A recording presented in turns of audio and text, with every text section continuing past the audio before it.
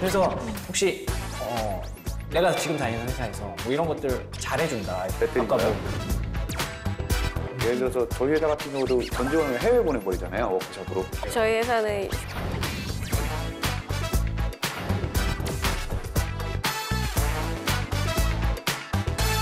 휴가비가 나오는데요. 네네.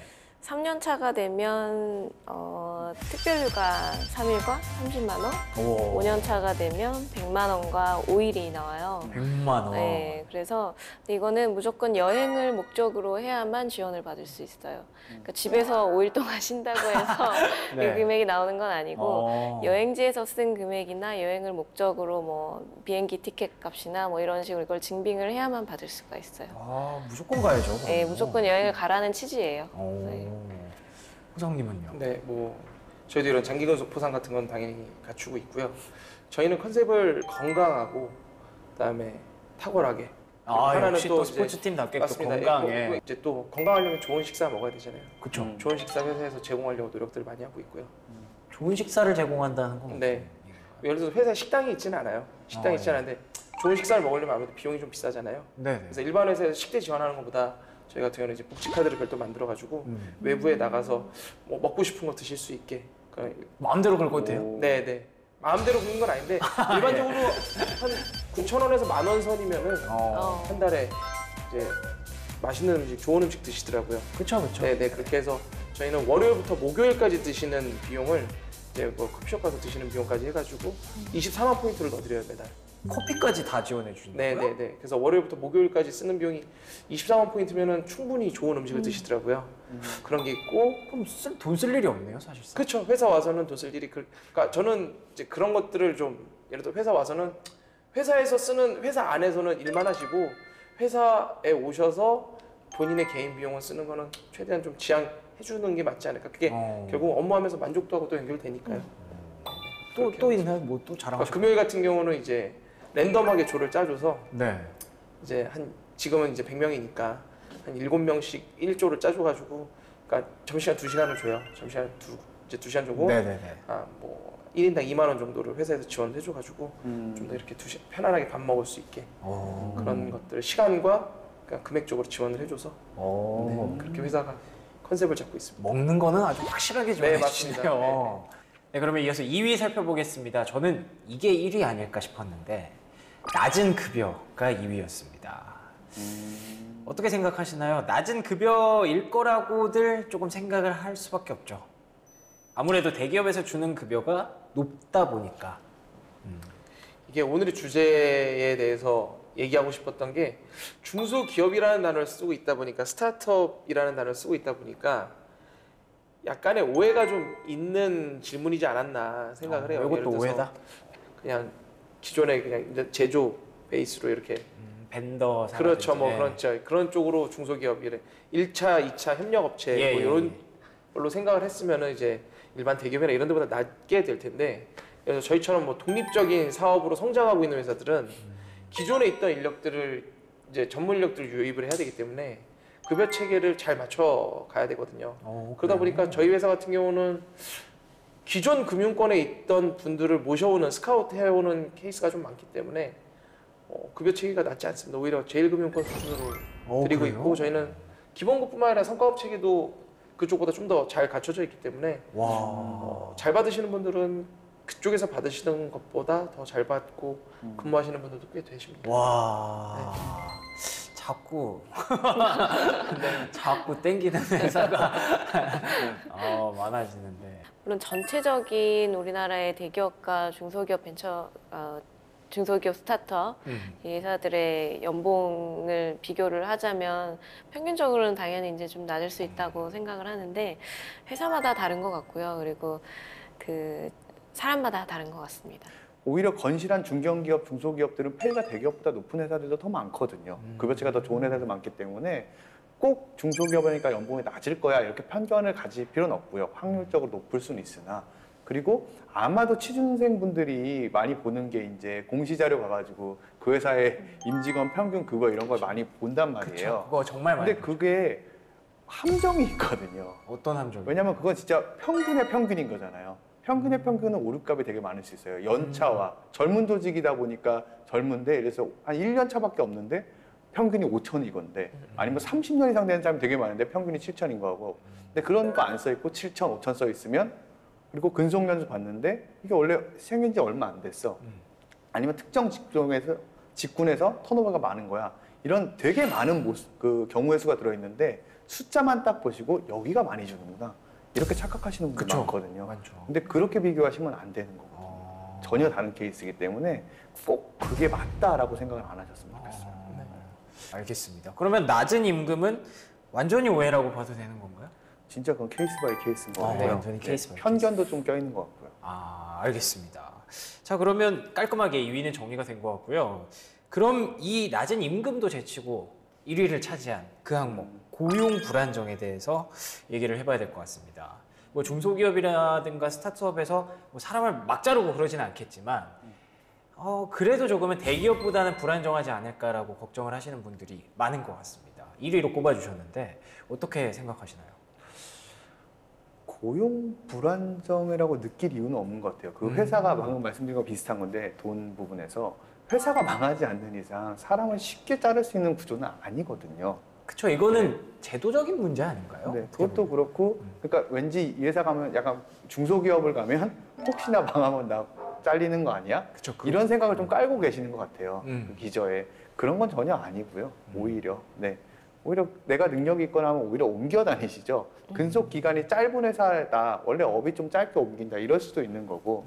아니면 고용을 되게 길게 가는 업종이다. 이런 업종의 차이는 있을 수 있었지만 대기업이다 중소기업이다에 따라서 길고 짧다는 아닌 것 같습니다. 네, 근데 아무래도 근데 초기 스타트업 같은 경우는 그 매출을 우선적으로 가장 내야 되는 그 회사이기 때문에 아무래도 그런 면이 좀 있긴 해요. 예, 그런 것도 좀 고려를 해야 될 것 같고. 없잖아 있긴 네. 하다. 저는 이 부분을 조금 다르게 봤었는데 예를 들어서 중소기업이나 이제 스타트업 이런 쪽에서는 이제 고용 불안정성을 정규직으로 채용하는 거냐 계약직으로 채용하는 거냐 요 느낌으로 좀 많이 봤거든요.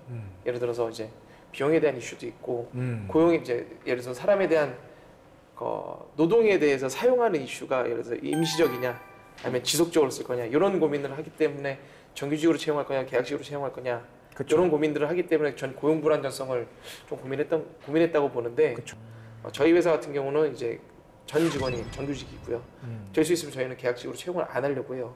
왜냐하면 이제 그런 고용 불안정성을 느끼면서 근무를 하게 되면은 계약직으로 채용됐을 때 빨리 나도 정규직 되고 싶은데 이런 마음이 들면은 업무에 대한 몰입이 떨어질 수밖에 없기 때문에 저희 회사는 이제 오히려 저희 회사 이런 스타트업 단계에 있는 회사에 들어올 때는 고용 안정성에 대한 확실하게 보장을 해주고 시작을 하려고 하기 때문에 아까도 말씀드렸듯이 이런 부분들은 저희 인사 담당자들이 좀 가급적 더 많이 고려해야 되지 않나 그렇게 생각을 합니다. 지금 예를 들어서 지금 제가 있는 속한 조직이 물론 계약직이 있긴 있는데 네. 10명도 안 되는 것 같아요. 다 정규직인데 예. 실질적으로 이직률이 말도 안 되게 낮아요. 네네. 그래서 왜 이렇게 사람들이 이렇게 안 나가지? 근데 아까 말씀드렸듯이 회사가 순증가하면서 지금 매출이 증가하면 사람을 계속 약간 선순환에 대해서 사람을 뽑잖아요. 그렇죠. 그거 나가는 사람이 또 없는 거예요. 그러다 보면 이직률이 매우 낮은 거죠. 오히려 이런 게 더 안정성이 있구나. 성장하는 조직일수록 오히려 고용 안정성이 더 있다라고 보여지더라고요.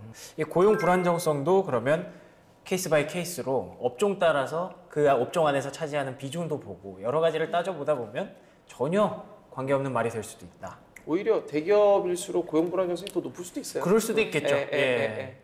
알겠습니다. 이렇게 5위부터 1위까지를 우리가 살펴봤는데 요즘 취준생들이 뭐 대기업 혹은 공기업을 가고 싶어서 정말 열심히 노력을 하잖아요. 그러다 보니까 좀 보는 눈이 좁아지고 그래서 이제 얘기를 하죠.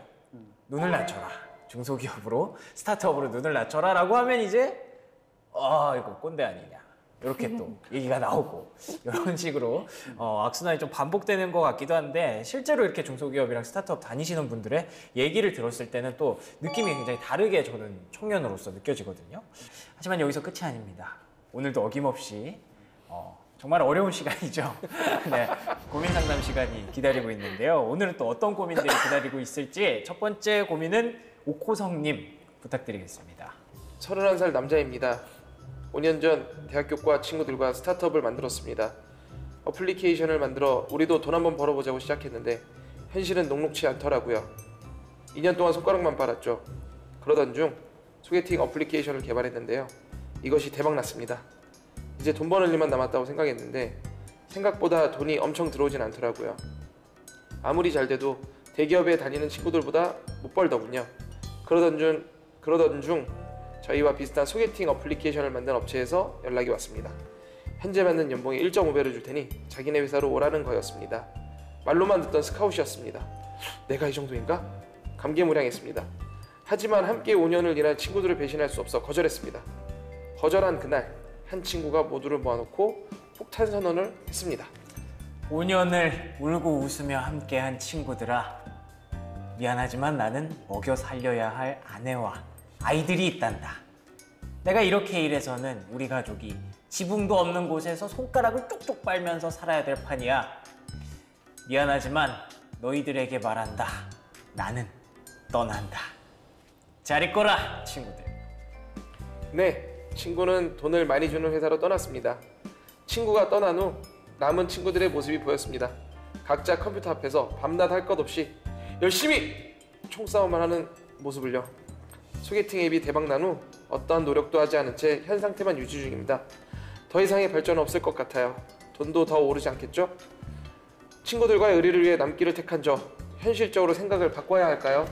네, 굉장히 고민되는 느낌이었어요. 아, 듣기만 해도 굉장히 고민인데 저도 이제 뭐 옛날에 같이 하던 친구들도 생각이 나고 그 친구들 중에서 잘 되고 뭐 이런 친구도 있지만 또 아닌 경우도 있거든요.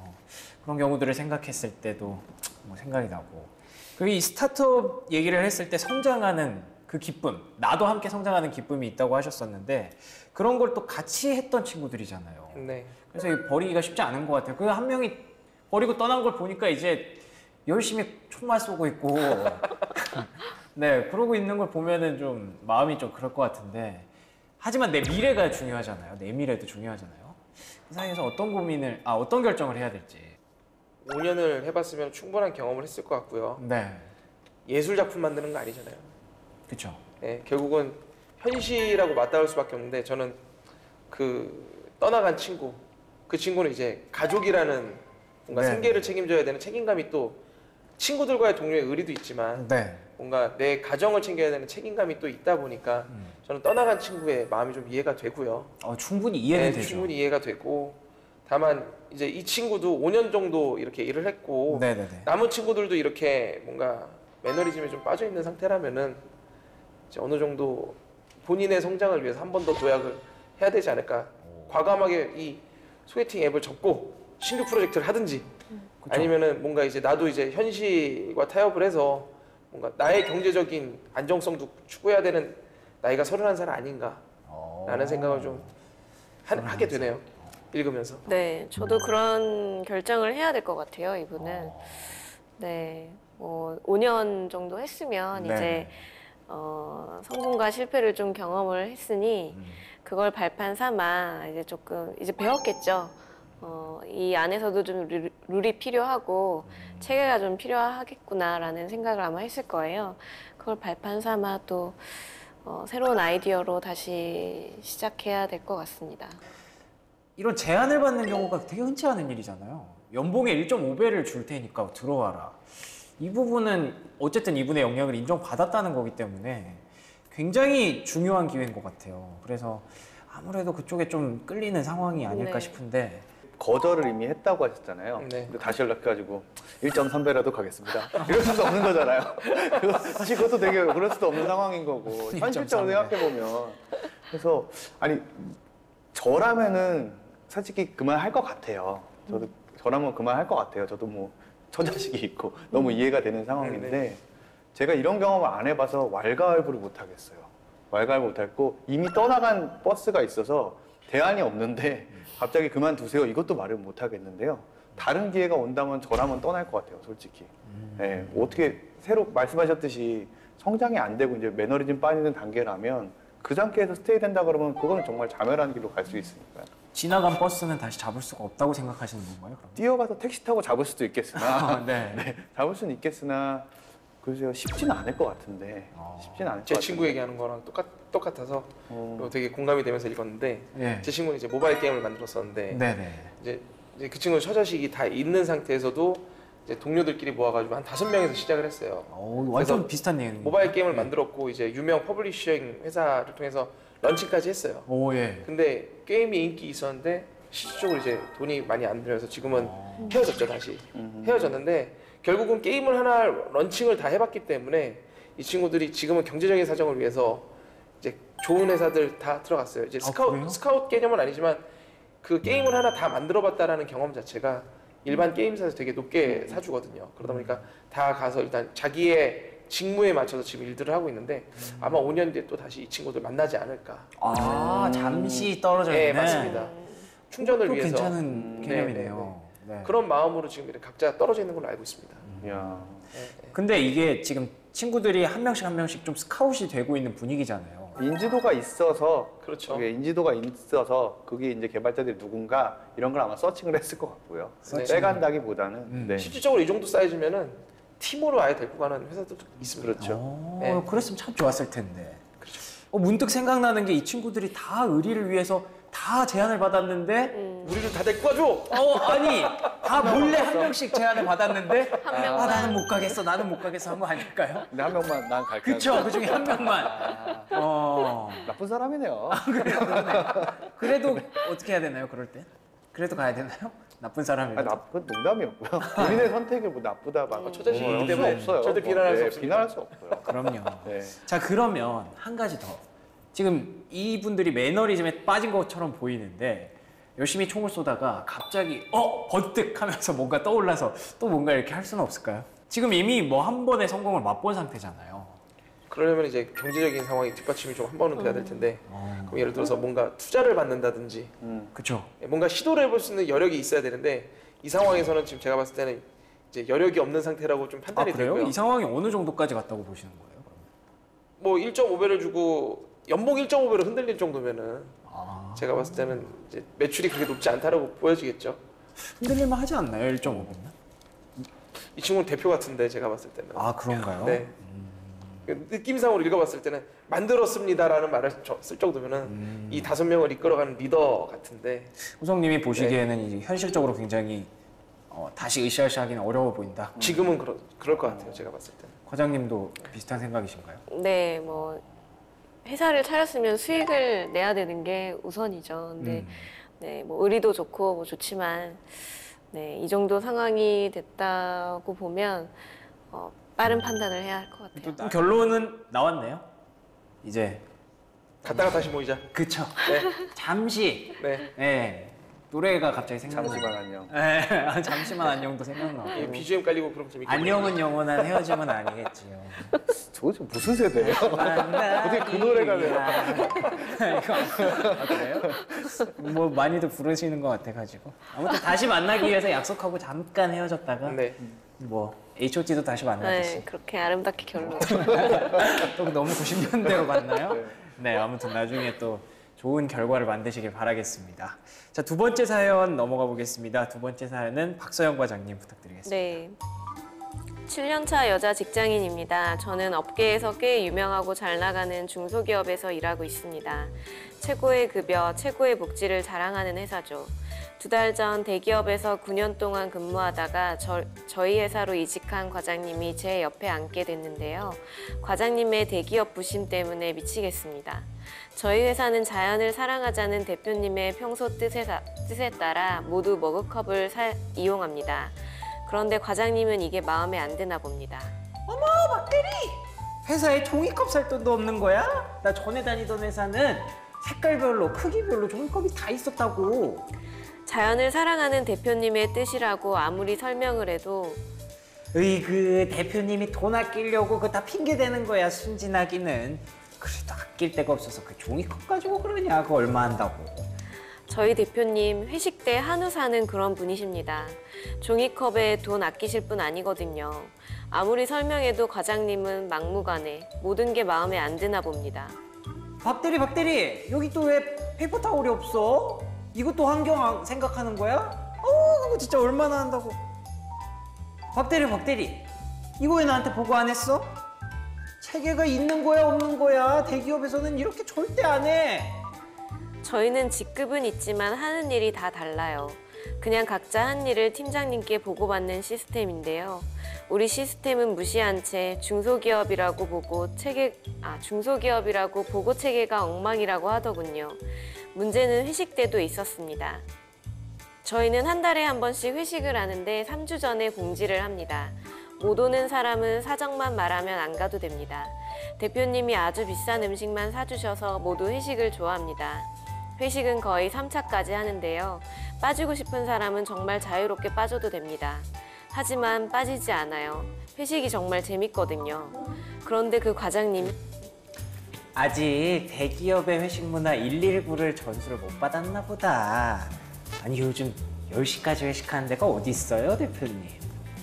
이야기를 듣던 대표님이 아주 친절하게 싫으시면 가세요. 절대 붙잡지 않습니다. 편히 가세요. 이랬더니 절대 안 가더라고요. 그러면서 계속 늦은 시간까지 회식하는 곳이 어딨냐며 투덜투덜. 결국 갑분싸. 그날 회식은 2차로 마무리됐습니다. 이렇게 매일 전 회사와 우리 회사를 비교하는 과장님 정말 듣기 싫어요. 어떻게 하면 그만할까요? 네, 이직을 하셨는데도 지금 이분이 굉장히 대기업 부심이라고 할까요? 이런 걸 아직 벗지 못하고 계신 것 같은데 이런 분들 혹시 보신 사례가 있으신가요? 많죠. 많으세요? 네, 아 정말요? 그러니까 예를 들어서 이제 이런 대기업에 계시다가 네. 중소기업이나 스타트업으로 오셨을 때 그 전에 있던 회사의 체계가 다 맞다라고 생각하시는 분들이 되게 많아요. 그러니까 근데 분명히 이 회사가 성장함에 있어서 가지고 온 문화와 그쵸. 나름의 프로세스들이 다 있는 거거든요. 그렇죠. 물론 그쪽에서 뭔가 효율적으로 일했던 게 있긴 하겠지만 그거를 와서 그런 분들이 있어요. 불만만 제기하고 대안을 제시하지 않는 분들이 되게 많거든요. 네. 그러니까 그런 분들을 채용한 이유는 뭐냐면은 대안을 만들어주기 원해서 채용을 한 거예요. 말로만 일하는 사람은 얼마나 원해서 채용을 했겠어요. 그쵸. 물론 그 사람의 노하우를 원해서 채용을 했겠지만 그리고 들어왔을 때 이제 그런 분들이 제일 많아요. 예전에 이거 내 업무 아닌데? 아까도 잠깐 말씀드리긴 했는데 업무를 선을 긋고 시작하시는 분들이 되게 많아요. 여기는 내가 하는 업무가 아니야. 이거는 뭐 다른 사람이 알아서 하든지 이거는 나는 여기까지만 할 거야. 이렇게 선을 긋고 하시는 분들이 많아요. 그럼 회사 입장에서는 그 부분을 이제 다른 사람으로 채워줘야 되는 건지 아니면은 그 부분 안 하는 걸 누군가는 해야 되잖아요. 그렇죠.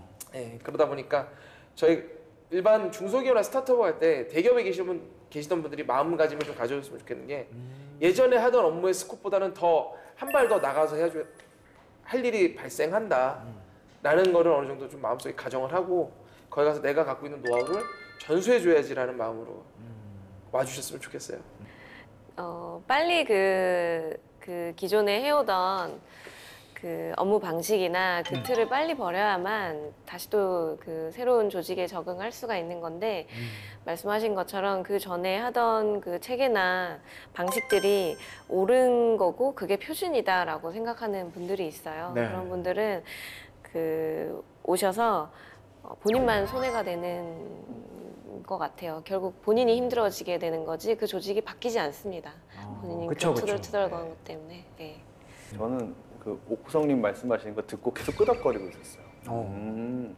어떻게 보면 나도 그랬을 수 있겠다라는 생각이 들더라고요. 아마 우리도 다 한 번씩은 그렇게 겪었을 나도 실수일 수도 있어요. 그게 막 스쳐 지나가더라고요. 아 네. 맞아 그런 것들이 너무 생각이 드니까 오히려 저 사연 때문에 오히려 생각을 더 하게 되는 것 같아요. 아 무슨 느낌인지 알겠다. 그럼 그때 심리는 어떤 심리예요? 좀 받아들이기 힘든 심리인가요? 그게 이제 적응하는 과정인 것 같아요. 처음에. 왜냐면 너 어쨌든 9년 차? 한 9년 정도를 근무하셨다 네. 그러면 7년 차. 한 조직에서 경력으로 이직하신 분이 그렇죠. 7년, 9년을 근무를 하셨으면 네네 맞습니다. 거기에 완전히 익숙해지신 분이거든요. 그쵸. 그러니까 새로운 조직에 가면 그 조직 문화에 있어서는 신입사원이니까. 근데 또 이미 좀 커가지고 내가 익숙한 것들이 있다 보니까 그걸 못 버리는 거죠.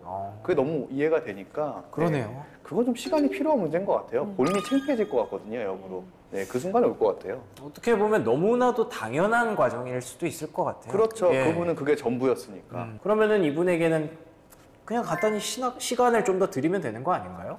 쉽게 말해서. 그리고 이분이 그 흔히 말하는 대기업 부심에 못 버티시면 본인이 나가실 수밖에 없을 거예요.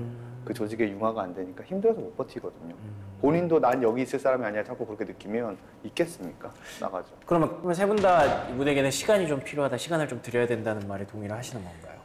그러지 않을 것 같은데요. 변하진 않을 것 같긴 그래요? 하고요. 네. 변하실 수도 있죠. 강도는 적응을 하시거나 네. 아니면 정말 본인이 못 버티시면 아마 나가시지 않을까 싶어요. 어. 나는 타이틀이 필요하구나 이렇게 네. 느끼실 수도 있고요. 어. 만약 그걸 좋아하시는 분이라면. 과장님은 어떻게 생각하세요? 네, 적응을 아마 하시게는 될 거예요. 근데 그 과정에서 이렇게 동료를 좀 힘들게 한다고 하면 얘기를 해줘야 되지 않을까요? 저 같은 경우는 장난식으로 얘기를 해요. 하긴 거기 계시지 왜 오셨어요? 그런 식으로. 뼈가 있네요. 네. 네. 그런 다시 말을 가시라고. 예, 듣다 보면 이제 느끼게 되죠. 아, 내가 설사 그렇다 하더라도 이렇게 표현을 하면 안 되겠구나라고 이제 깨닫게 되는데 주변에서 곧 그런 소리를 듣게 되실 것 같네요. 아, 그래요? 거기 계시지 왜 오셨어요가 뭐 겉뜻은 거기 계시지 왜 오셨어요지만 속뜻은 적당히 좀 하세요. 네, 약간 그런 이렇게 뜻이죠. 들리기는 하네요. 네. 네. 알겠습니다. 이분에게는 뭔가 한마디를 해드릴 필요가 있는 것 같고 뭐 언젠가는 적응을 하실 테니까 네. 안에 계신 분들도 조금 기다리시면서 잘 적응을 도와주시는 방향으로 잘 이렇게 보듬어 주셨으면 좋겠네요. 너무 이해돼.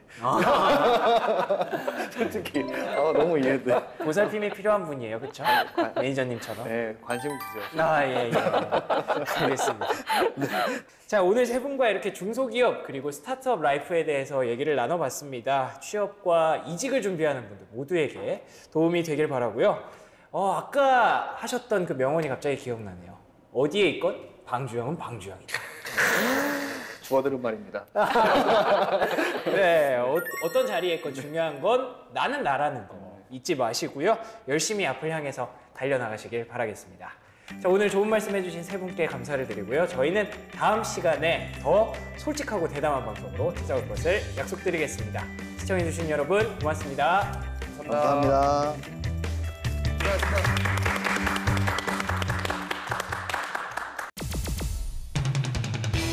제 입장에서는 약간 직장은 뭔가 돈을 버는 수단? 결국 그 직업이 왜 존재하는지에 대해서 애당초 처음부터 태어났을 때부터 직업 정신을 갖고 태어난 사람은 저는 없다고 생각을 합니다. 영업을 하면은 되게 잘할 수 있을 것 같다. 영업 직무로 뽑아주는 회사가 한 군데도 없었어요. 다 서류 탈락하고 너무 힘든 거예요, 인사가. 이거는 내 길이 아닌 거 같아. 내가 왜 이 짓을 하고 있지? 그래서 내부 전배를 해달라. 아니면 나 퇴직하고 다른 회사 마케팅으로 갈래.